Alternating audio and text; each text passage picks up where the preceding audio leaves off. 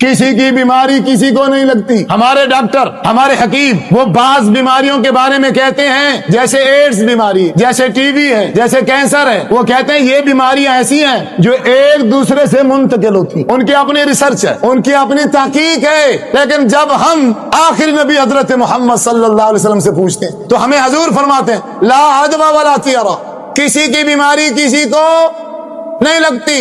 جب حضور نے یہ حدیث پڑھ کے صحابہ کو سنائی، ایک بدو کھڑا تھا، دیہاتی صحابی، اونٹوں والا، وہ کہنے لگا یا رسول اللہ صلی اللہ علیہ وسلم، پھر میرا ایک سوال ہے، اگر کسی کی بیماری کسی کو نہیں لگتی تو جب یہ اونٹ ریگستان میں چلتے ہیں، ریتوں میں چلتے ہیں، یہ صحت مند ہوتے ہیں، جب یہ گھروں میں آتے ہیں، باڑوں میں، ان میں ایک اونٹ ایسا آ جاتا ہے خارش والا، وہ ایک اونٹ خارش والا تمام اونٹوں کو خارج زدہ کر دیتے. پھر یہ کیسے ہوا؟ اس کا سوال تھا. آپ صلی اللہ علیہ وسلم نے اس کے سوال کے اوپر پھر خود حضور نے سوال کیا. آپ نے کہا آپ مجھے یہ بتاؤ، وہ جو پہلا اونٹ تھا جس کو خارش لگی تھی اس کو کس نے لگائی؟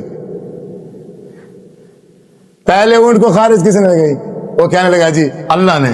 تو آپ صلی اللہ علیہ وسلم نے شاہ فرمایا پھر ان دوسروں کو بھی اللہ نے لگائی. پھر ایک دوسری حدیث آپ نے شاہ فرمایا کوڑ کی جو بیماری ہے اس سے تم اس طرح بھاگو جیسے کوئی بندہ اپنے آپ کو شیر سے بچانے کے لیے بھاگتا ہے. جیسے بندہ شیر سے بچنے کے لیے بھاگتا ہے، تم بھی کوڑ کی بیماری سے اس طرح بھاگو. مطلب وہی آ گیا جو ڈاکٹروں نے کہا، مطلب وہی آ گیا جو حکیم کہتے ہیں کہ اس بیمار کے برتن الگ کر دو، اس بیمار کا بستر الگ کر دو، اس بیمار کے کھانے پینے کی چیزیں الگ کر دو. اور ڈاکٹر بھی یہی کہہ رہے گئے اور یہ حدیث بھی یہی کہہ رہی ہے کہ اس بیماری والے سے ایسے بھاگو جیسے شیر سے بھاگا جاتا. اب ان دونوں میں تطبیق کیا ہے؟ وہاں کہا کہ کسی کی بیماری کسی کو نہیں لگتی، اب یہاں کہا جا رہا ہے فلاں بیماری سے بھاگو. بھاگنے سے تو ایسے لگ رہا ہے کہ جیسے وہ بیماری اس کو لگ جاتی ہے.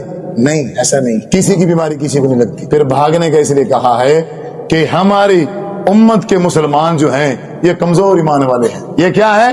کمزور ایمان والے ہیں. تم احتیاط کرو کہیں ایسا نہ ہو کہ اگر وہی بیماری تمہیں لگ جائے اپنا عقیدہ یہ بنا لو ہاں اس کو جو ٹی بی تھی اس کی وجہ سے مجھے ٹی بی لگ گئی ہے تو مشرک ہو جاؤ گے.